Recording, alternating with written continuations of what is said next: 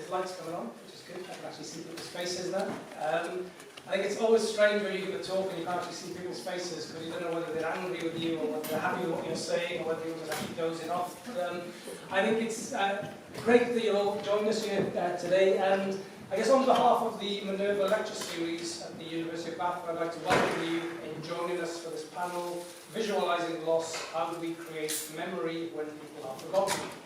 I'd also like to thank Rob Cooper and all the team for putting on this event, and also for the student ambassadors who have been helping the organisation. I'm Professor Brad Evans, and I'm the Director of the Centre for the Study of Violence at the University of Bath, and I'll be guest hosting the proceedings this evening. Just to give you a quick background perhaps to this evening's events, this panel has actually been part of a wider initiative which myself and Chantal started working on back in 2017, titled State of Disappearance. And I guess our initiative began by responding directly to enforced disappearance in Mexico, and has since grown extensively and will culminate in an art exhibition, a series of events in Bristol and Bath in October later this year. There's a flyer for that event. And now together we were grappling with the terror of enforced disappearance and have sought to make sense of that violence, which by its very definition takes us beyond the realms of intelligibility. How can we have peace and justice when bodies are absent? And what role can politics and art play when the human is so denied? What we also both came to understand was that while disappearance is arguably the most egregious form of violence in the broad spectrum of violent acts, it hasn't perhaps captured the attention as much as obvious spectacles of violence, or terrorism, or civil wars, or even torture. Might it be that disappearance takes us into unknown places that are too difficult to comprehend? That the weight of absence is perhaps too difficult to carry? Mindful of this, we have turned more explicitly to deal with the importance of memory, and that's why I'm delighted to be joined by our other panellists today who are experts in this. Especially those forms of memory that don't try and impose a singular truth on history, but can open up more complex yet all too human conversations. This has invariably meant taking the power of art more seriously. For not only have artists been integral of how we have witnessed an atrocious past, they also have a central role in how we might imagine the future. It has also meant broadening the conversation, including holding public events like this, so that we all might better acknowledge together the problem of absence and disappearance in all its multiple forms. Mindful of this, I am delighted to be joined this evening by Chantal Meza, who is a Mexican abstract artist, Dr. Richard White, who is an artist researcher at Bath Spa, and Dr. Peter Manning, who is a colleague at the University of Bath, working on issues related to violence and memory. Now, in terms of the format, each of the speakers will present for around 10 minutes before we then open up the floor to questions, and I will explain the format once we begin that. So that's enough from me, and without further ado, I would like to pass you over to Richard, who will start proceedings. All right, excuse me, I'll have to do technology. I think it's bad.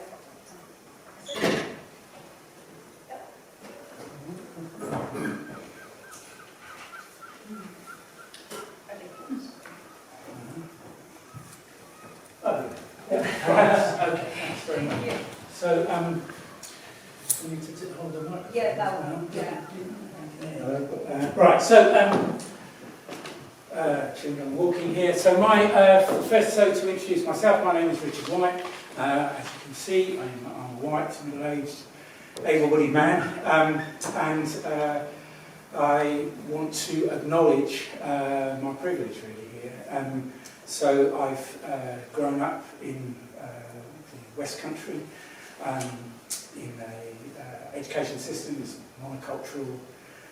White Christian monocultural education, and that education system has its roots very deeply in celebrating empire and keeping very quiet about where the money came from.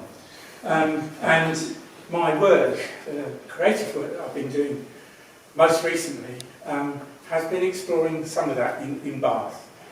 where this is a city where of absences, a city which is built on the atrocity, funded by the atrocities of empire, notably slave ownership and loot from through the East India Company. So the walking that I've been doing is, you can see some of the kind of content I put up there, but not so much in the way of the words. So I will try and talk a bit more to kind of fill that space. But essentially, what my work, so what my work has been about is using walking as a process to engage people, to engage people in sort of in the sense of kind of pleasure of walking, but at the same time to be dropping in some provocations and dropping in some questions as we walk, and using what happens when you get a kind of a juxtaposition of that kind of, maybe you might think of it, of this walking through Bath, of the juxtaposition of the beautiful architecture, and then thought, hang on, whose blood and sweat and toil funded this? Where did the money come from? Keep kind of coming back to that question of the money.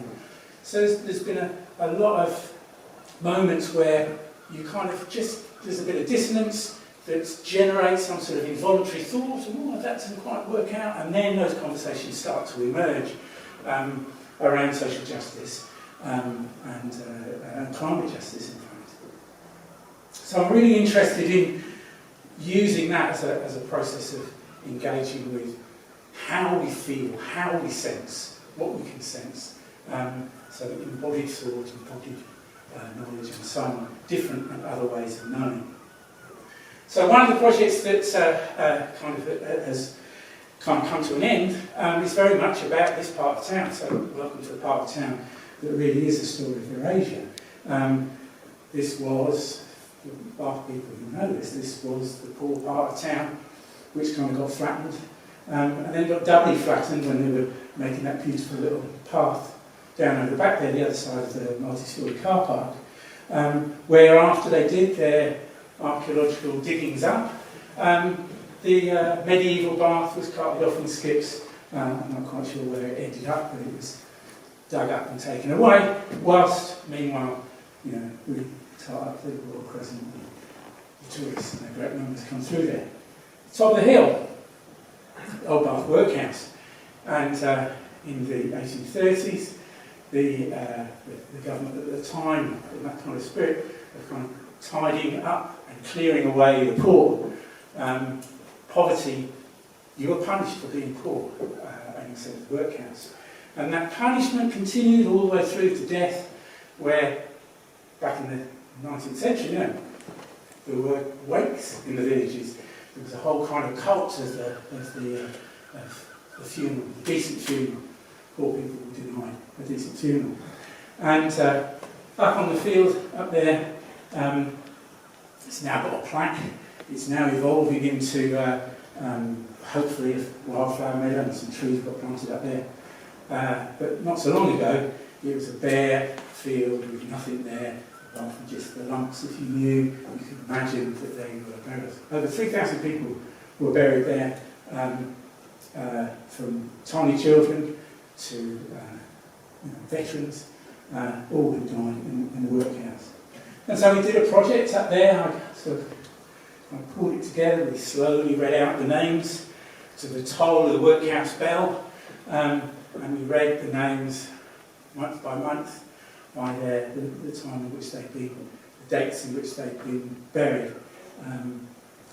So over 3,000 people, we read out their name, we kind of remembered them, and kind of brought them, in a sense, brought them to mind. Not brought them back to life, but brought them to mind. And one of the things I was interested in at the time was, and now really, it's kind of still very much part of my work, is these kind of three sort of points there, my intellectual toolkit, if you like. So the first one, the idea of, there are places of memory where we're encouraged to memorialise, ornaments and things like that. But there are some places that some people know about, but in many ways the heritage industry or the government or whoever prevents us from remembering. So this is one of Italia's notion of reluctant sites of memory.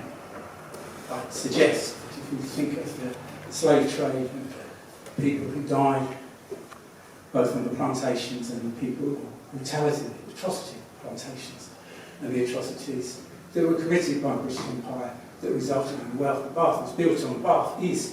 The entire city is a reluctant site of memory. Some lovely work by Karen Till talking about wounded cities and practices of care within those cities, where people are kind of trying to sort of reclaim those missing bits of memory. And, you know, in a sort of humble way, I suggest the walking processes and projects that I've done is trying to kind of get into that. And then the last one is a kind of a really big one, which is just the idea of haunting. So not ghosts, woo-woo ghosts, but that idea that buildings, spaces hold kind of ghosts. And sometimes those ghosts and spectres and spirits are kind of very much celebrated, but sometimes they're not, but they're kind of still there. And what we have to work on in order to kind of, I guess, arrive at some kind of social justice, some kind of peace, and some move forward, is by, in a way, giving those voices, or enabling those voices, those ghosts to kind of speak. And that's the idea of kind of allowing those revenants to come in. And through walking, that's kind of one of the things that I'm up to. I'll stop there.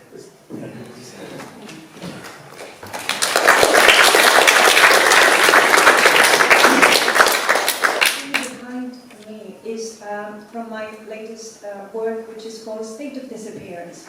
And I won't be talking about the pieces there, so you just feel free to look at the artwork and maybe just listen to my words if you wish.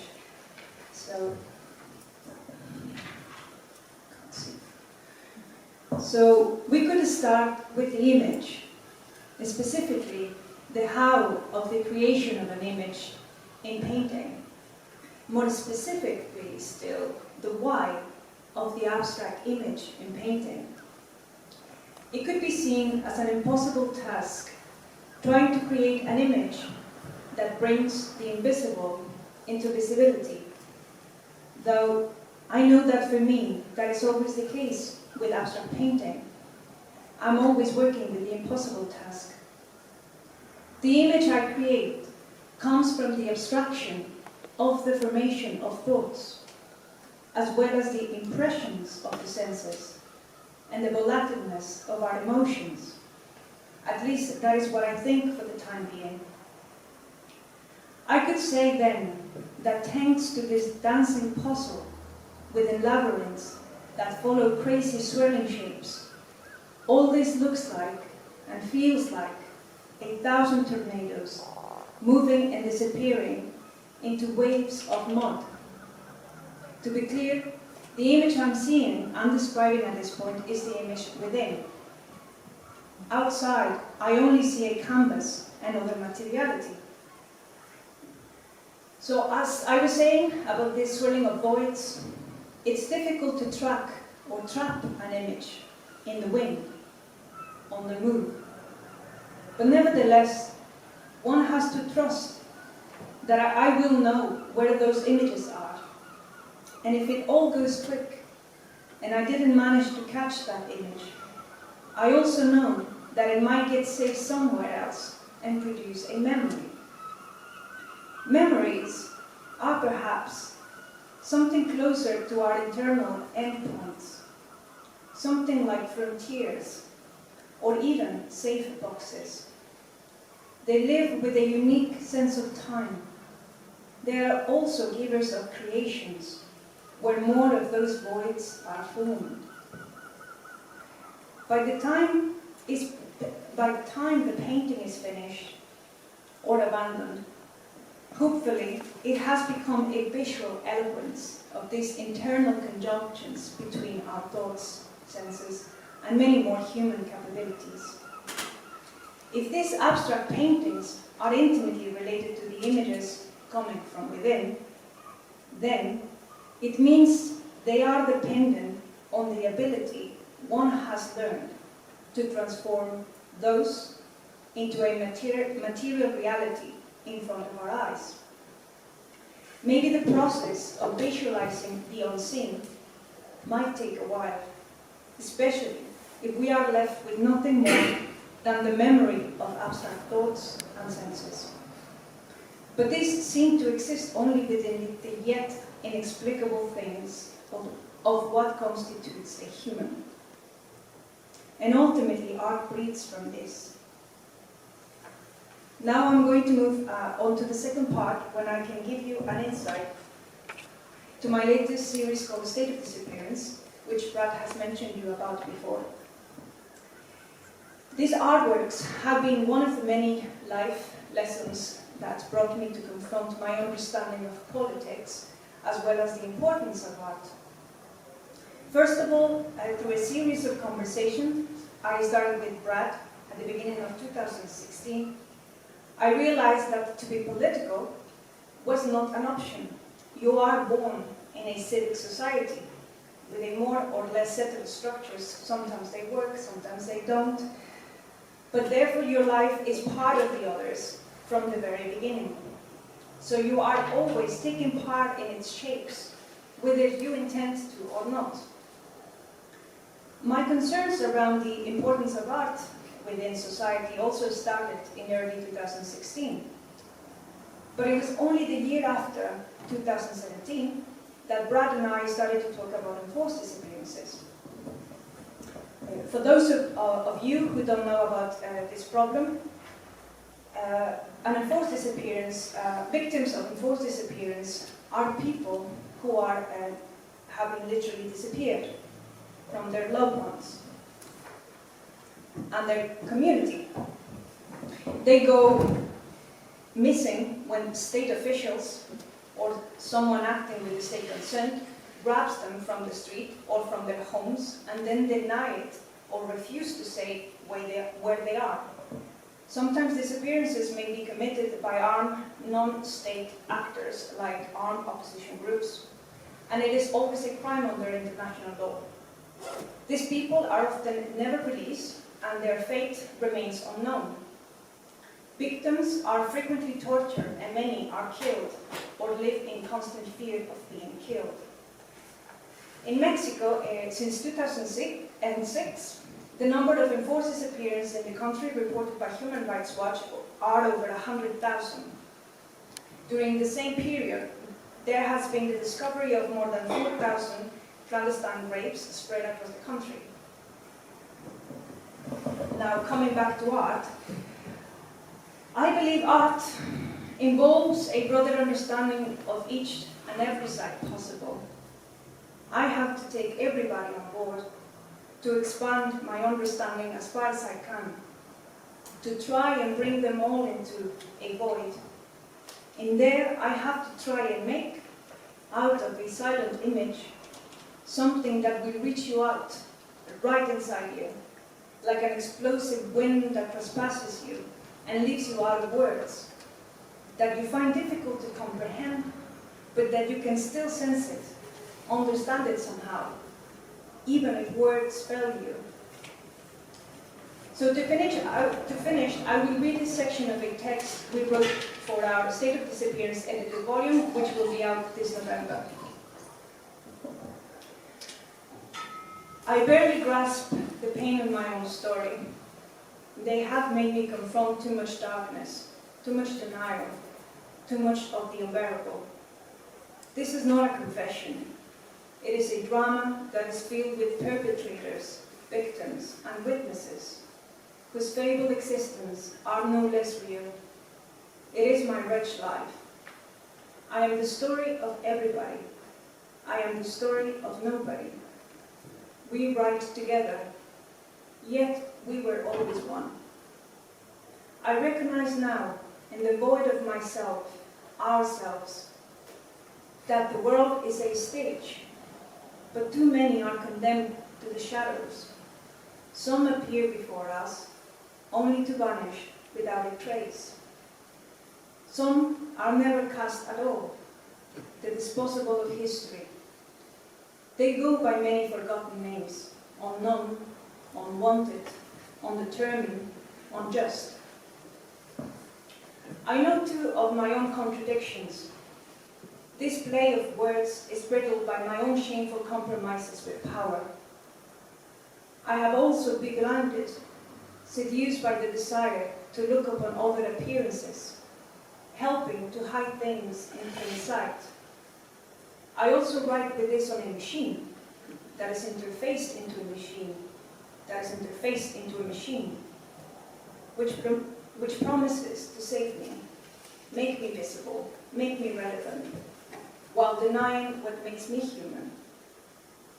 How can I begin to make sense of disappearance when society teaches me to be so doubtful? How can I account for the complex condition of absence when I am overexposed to banalities? But what of them disappeared? Are they lost from the start? Can they ever properly return?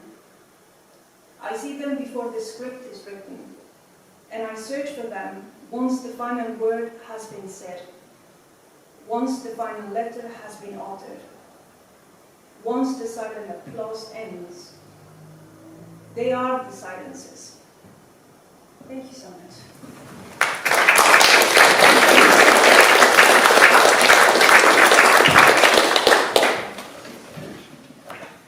Thanks. Okay. So I'm going to offer some fairly sort of cautionary reflections, I suppose, on what memories can do after disappearance, after atrocities. Whether we expect too much of memory, what its limitations are.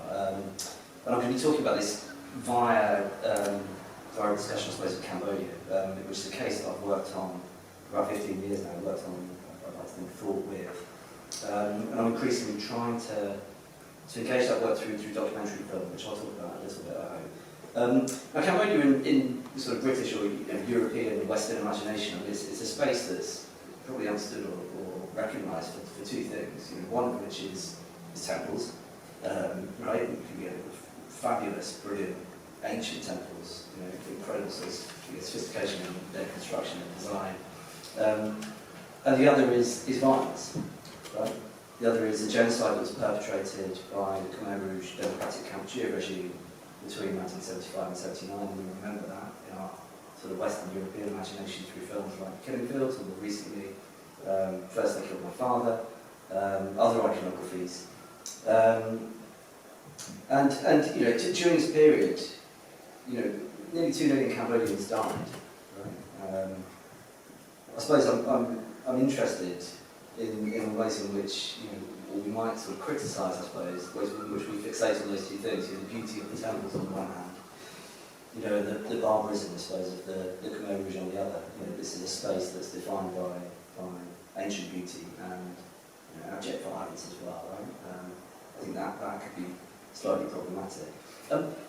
If I can I just ask for a show of hands, has anybody here visited Cambodia? Got one there. There's two, okay. And when you were there, did you visit the Tuol Sleng Museum of Genocide Crimes? I went to a museum which was a torture museum where you went into the cubicles and there was blood on the walls and photographs. Absolutely, yeah. That's the one I went to. Yeah, same as well. So this is a site that's really central to our encounters with Cambodia. And you'd be familiar, having visited this space of the portrait photos that are there, right? The black and white, very anonymised portrait photos of women, men, kids sometimes, black and white imagery in black uniforms. It's sort of a reinforcement of their anonymity. Now, those photos have been on display since that site was curated in 1980. And to this day, they're still anonymous. And I think that's really interesting when we think about disappearance, because disappearance, one, was a signature technique of violence under Khmer Rouge. Right? It was a genocide, but it involved disappearance. Everybody knew what was happening when people were taken for re-education, but they were disappeared. And that sort of question of where they went, it was open, but it was also shut at the same time. And those images, to this day, still are anonymous. There are no names.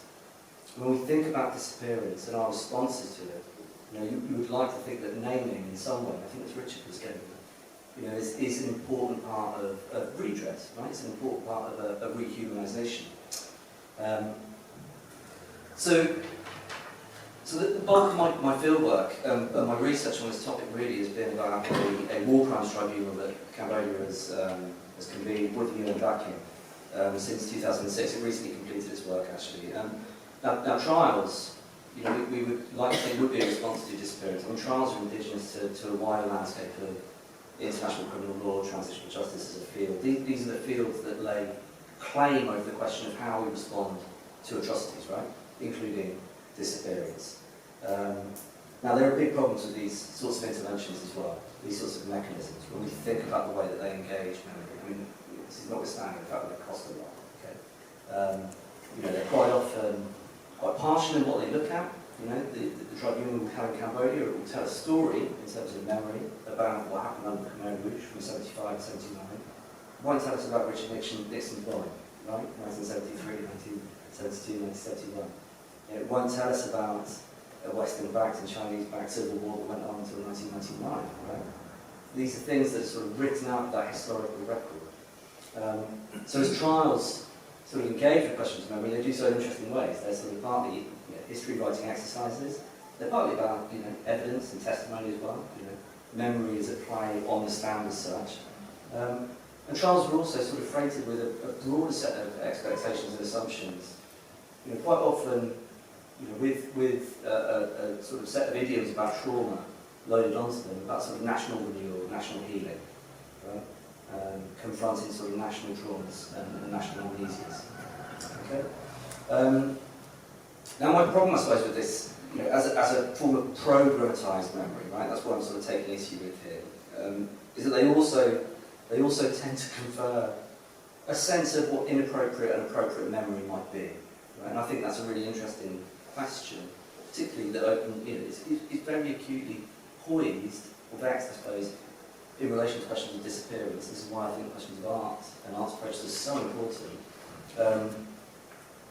Because we have to think about sort of a very survivors' needs in particular are very differentiated, right? And the way that sort of these more programmatic approaches tend to confer these norms, they imply sort of singular memories and singular ways of relating to experiences of harm. Now, if I can, right, I'll tell you a story about a public forum that I was at in 2009, and this was in the north of Cambodia. This was a seminar, a public seminar, I suppose, public event, where very senior UN staff were there to kind of sell participation in the tribunal process, the value of participation in the tribunal process.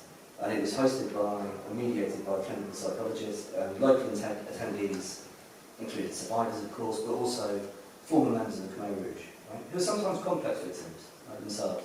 They might have been perpetrators, but they might have suffered harm themselves too.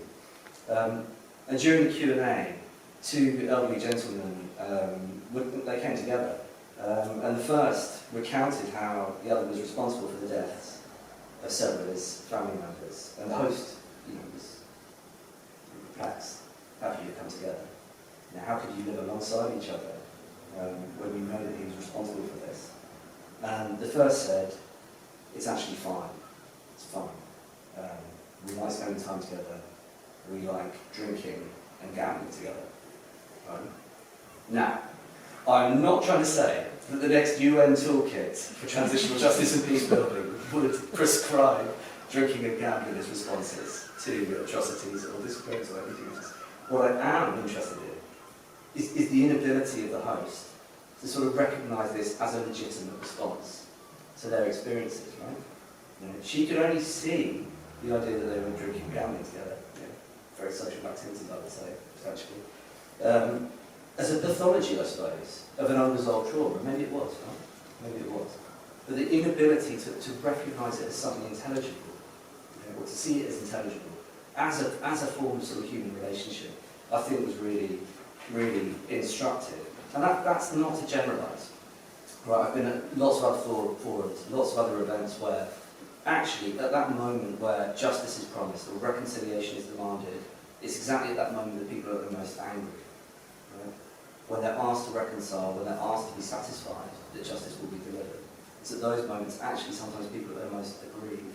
And that was equally seen and recognised as an illegitimate or inappropriate kind of memory in this context. So what I'm getting at is I'm wary of memory work that is too prescriptive, right, about how you should or should not be in your relationship to loss, in your relationship to disappearance. Now, I'm just going to use that, I suppose, as a segue into a discussion of a film, a very quick discussion of a film that we produced in 2019. I was going to say you can find this on the Bath website, I think you can. Please email me if you want to get a link to it. This was a film called At First They Don't Believe.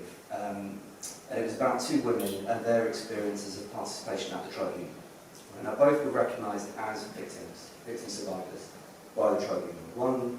The first was called Chantal, and she was of mixed Khmer Vietnamese heritage. She lost her father and brother during the regime. And the other was Ching, and she was the victim of forced marriage and also lost relatives. Both testified. Both were recognised as formal sort of victims by the court process. Now, Chantal, on the one hand, had a very favourable view of the tribunal process. Right? She was kept in the loop. Her testimony, she felt, was cathartic. Right? She thought that the verdicts that were delivered by the tribunal were satisfactory. Ching was not. Right? She was not kept in the loop. She was failed by the tribunal process because she was promised justice. Okay?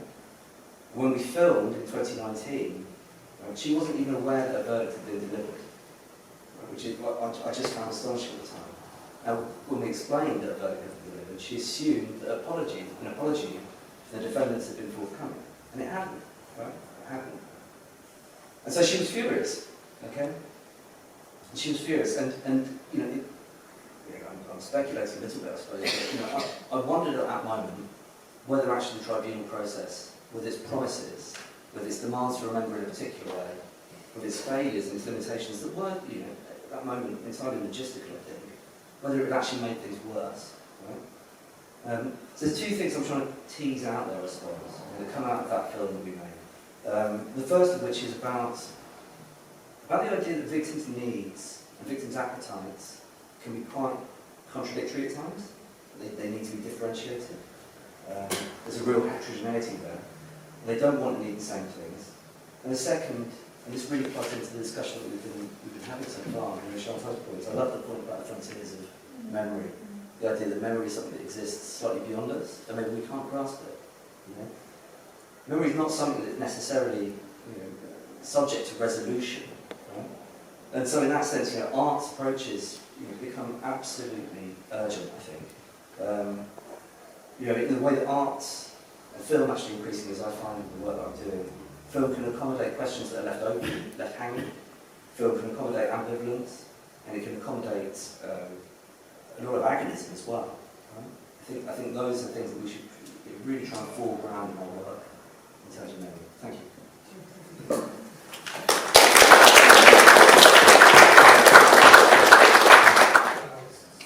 Is there any questions?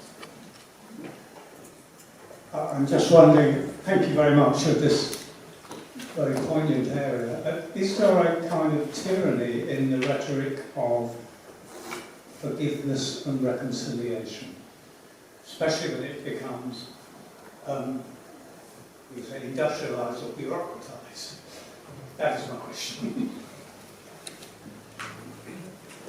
Actually, since that's a question to all the panel, we'll go with one at a time. Yeah. Do you want to start with this? The short answer is yes. You probably guessed from my presentation. I think absolutely. There's, I don't want to be too cynical and too critical because you have to be pragmatic as well. These are often the best that we can hope for, and lots of people buy into the promises that are made.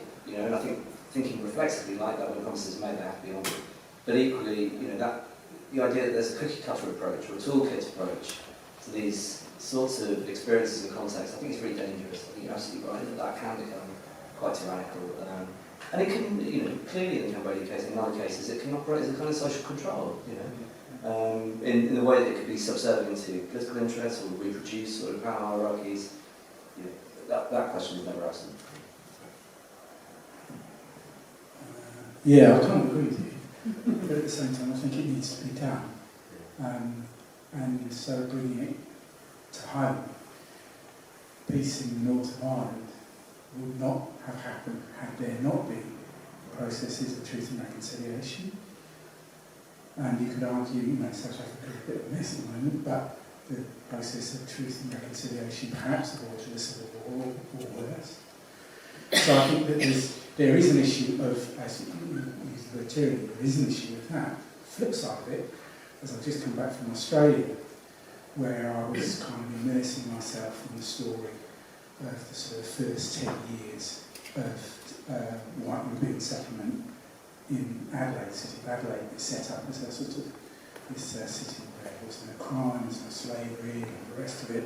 And, within 5 years they'd started a genocide of the Aboriginal people that were living there, that had lived there for 50, 60,000 years. And one of the comments that I picked up, I kind of find a way on the inside. So you get all the official stuff, you get, everywhere there's an acknowledgement of this, that, and the other. And I'm thinking, okay, that's great. None of that's going on here. None of that in Bath. There's no acknowledgement of where the money's coming from in Bath, or acknowledgement of the kind of, the decolonisation stuff going on, but none of it formal. But you get on the inside, so talking to relatives. And this guy, I don't know whether it would be a relative of mine, he said to me, yeah, but we said sorry once. How many times have we got to say sorry to these people? Oh, Jesus Christ. Now, so whether that's tyranny or what, I don't know. But, here in Bath, we've got to be doing more than saying sorry. And in Australia, the white Europeans have got to be doing more than saying sorry. But it starts with an apology. And so that truth and reconciliation, I think, is a really important process. How it's done, there are many different ways about it, and perhaps creatively making films, doing stuff creatively that's kind of coming in a bit left field is a way of opening that up and undermining that tyranny. But it still has to be done. Yeah, I think, for example, in Mexico with the cases of enforced disappearances, which is still, actually, they're trying to create, first of all, justice, and then they will go into the process of, reconciliation, if you want to call it that way, because most people actually, what find the most difficult to deal with is when precisely the state is not recognizing. But not only that, I think it's more about the society in general, which they feel the burden of it, because they actually, re-victimized. So actually, they don't recognize that most people will say, well, if that happened to you, it's because of a reason, something, maybe you did something, your son did something, your daughter did something, or they deserve it. And so actually, they have to still, we were discussing this about, how do you then manage to, at the end point, if there is an end point for these people, build some kind of humanity back, really, because they've been stripped for years, so many things, and so many people not only lose their, their place in society, the hope of anything, but also their families, in the sense that their children, then they just get this feeling of, that they've been left by their parents, that they haven't grown with them. The parents themselves, they just consume by the disappearance of the loved one. So I think, it's so much to deal with, if you just at the end say, okay, well, we will just say to you sorry. Is that enough? And then after years and years, what is actually that people need? And like Peter was saying, each case is so individual, and at the same time it's so is the same thing, it's the same practice, but each one of them require different things, and it's difficult really just to come up with one solution for everybody. So I think that.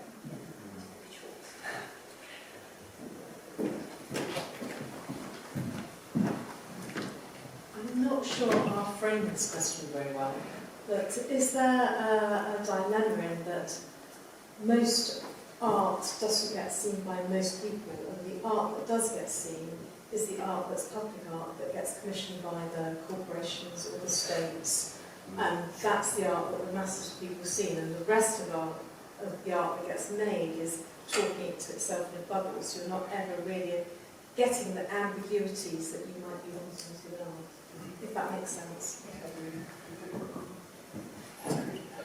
I mean, it's a great question. It's a huge question. I think, I mean, if I can just sort of speak from my experiences, I suppose, and of the case actually. I mean, Cambodia is an interesting case where you've just got such a heavily regulated sort of public news environment, in terms of broadcast media, the opportunities to actually get anything that is particularly subversive and challenging in terms of state narratives, or the monology, I suppose, of how elites want to explain themselves is very difficult. But there's opportunities around that. I'd like to think that you can sort of, either working with sort of platforms like Vimeo or Facebook actually in particular, which has become almost this sort of go-to natural sort of newscast sort of method over there. You can sort of work around that and clip at the edges a little bit. But fundamentally, I mean, there's the question is opposite in the sense that essentially the state what it's going to commission for limited now, very self-serving in terms of sort of what NGOs can do. That depends on sort of donor funding priorities. In terms of sort of what happens around the edges of that, well, it's down to sort of academics, grassroots activists who don't have much money, who don't have access to much money. It's not particularly encouraging, I suppose. Not very answer. But art doesn't necessarily have to be big. Art doesn't necessarily have to be something that's a sort of a kind of one-way process, or a kind of linear process. Making film. But it can be a collaborative process. It isn't just in terms of making film. It doesn't necessarily making film get it done and an audience sees it and is changed by it. Done that very often. He's amongst the few. But all art isn't necessarily about that. So again, I can speak from my perspective and the perspective of the kind of stuff that I'm doing, which is, it begins in walking, it begins in a process. And although there will be, it is performative, and so all people see us and what they do, what's that about, why they stop there, and why they're looking at a strange stone wall, that kind of thing. But for the people involved who join the walk and who take part in the walk, for them it is a transformative, well, on a good day, it's a transformative experience. And there's some really, so kind of two, I'll give you a bit of my toolkit there, but there's a writer called Sarah Ahmed. She talks about affect aliens, and that idea, so any of us who've got children here, kind of argumentative daughter who won't accept the patriarchal running of the family home kind of thing, she describes her as an affect alien. So someone who kind of emotionally doesn't want to play. Well, I like to think that people who have taken part in my walks, that the experience that they have had has empowered them to ask the difficult questions. And I think that's one significant thing that creativity can do. What it can do is it can empower people to ask difficult questions. And for sure, bringing it back to Bath, there's a lot of difficult questions we need to ask about in this city, in this country, at this time of climate emergency. I think it also is. I think it depends also on artists, really. How do we want to engage with the audiences, and which types of audiences, like Richard was saying. Not everything has to be big. It's actually this types of things sometimes even what also helps. For us artists to bring things, the types that Richard does, walking, with a group of 5 people, 10 people, and that actually produces, is part of the bringing the art to the communities, and I think it is hard. It is hard to, go around with no money sometimes. And you just have to find a way to get the money to get, to keep going. and find the right people to collaborate with as well. You know, that they're doing something that you are interested in, and then just bring this to various venues. Sometimes we're just so stuck into thinking that we have to just present the artwork in a gallery, that's it, go on, and move to another project. And I think when someone just actually to just go through a project is more enriching for yourself, but also you give more to the audience, I think. So yeah, it is also about artists actually wanting to do that connection with the public. You know, even if we sometimes don't find, you know, the big money, you know, really for some of us it's not that important really. It's more about this, yeah. But it's a slightly parochial question because it's going back to the issue of Bath and what you were talking about. And if I heard right, you were also saying, well, it's okay to say sorry, but then something has to happen after that. And I just, you know, I'm not sure that Bath has said sorry yet. I was pleased to see the exhibition at the Holborn of Alberta Whittle's work. I'm not sure how that sorry would happen, but also I'm just wondering what, I'm not saying it shouldn't happen, I'd just be interested in your thoughts of how that sorry could happen, and then after that, when that's been done, what you were saying, and then more, and I was just wondering what your thoughts were about, sorry this relates to Bath more than the other artists' work, but what your thought beyond that would be as to what we might do as a city.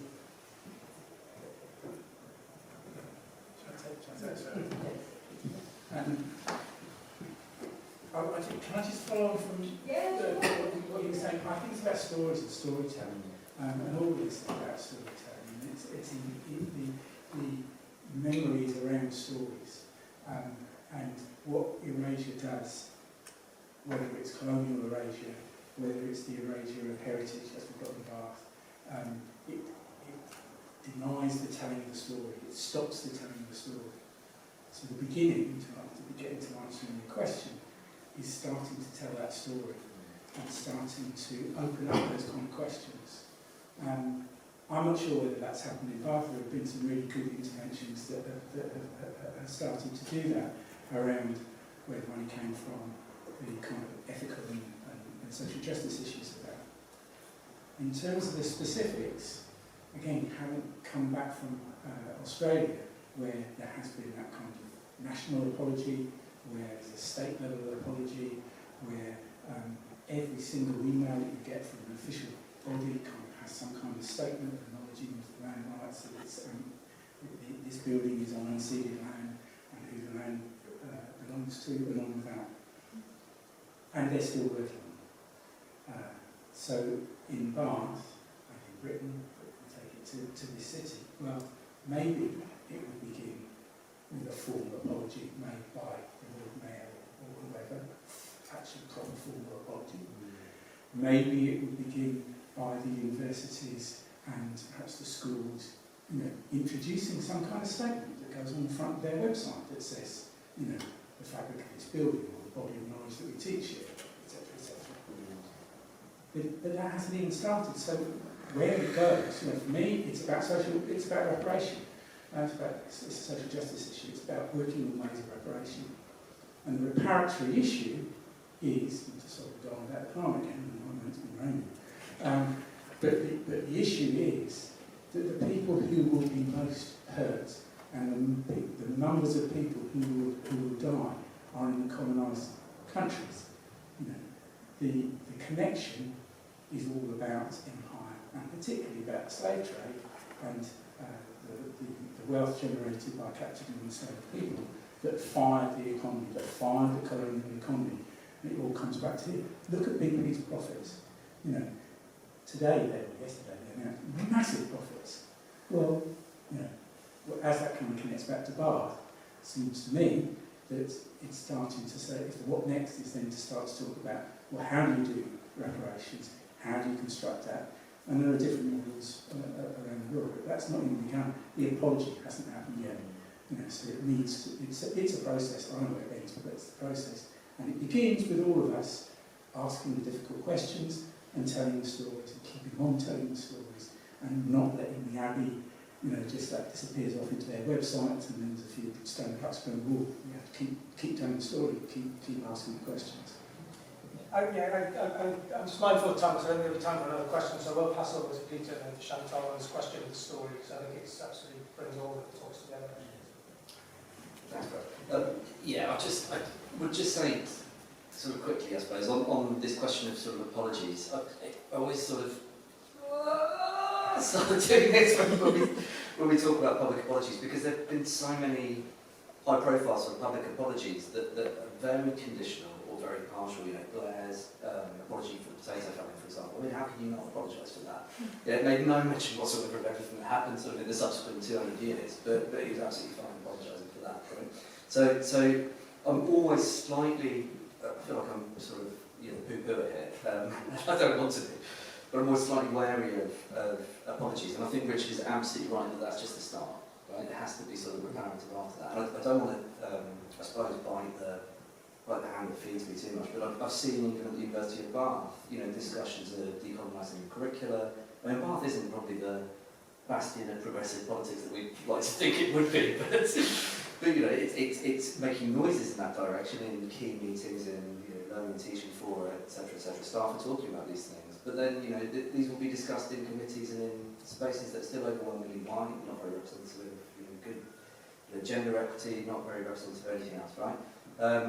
And to go back to Sarah Arnold, very interesting, another concept she introduced, which was anti-performativity, right? It's this idea of anti-performativity, which is where you do something to shut down exactly what you don't want scrutinised, right? So you say you're going to have an apology, or you say you're going to have some sort of inquiry or an initiative, and all that does is actually forecloses greater scrutiny of the bigger problem at hand, right? And I'm only saying that because I think, I suppose it's in a call, we can't let people off the hook, we can't let ourselves off the hook, for these things, these histories, and I suppose we have to be invested in these processes. I keep the one who is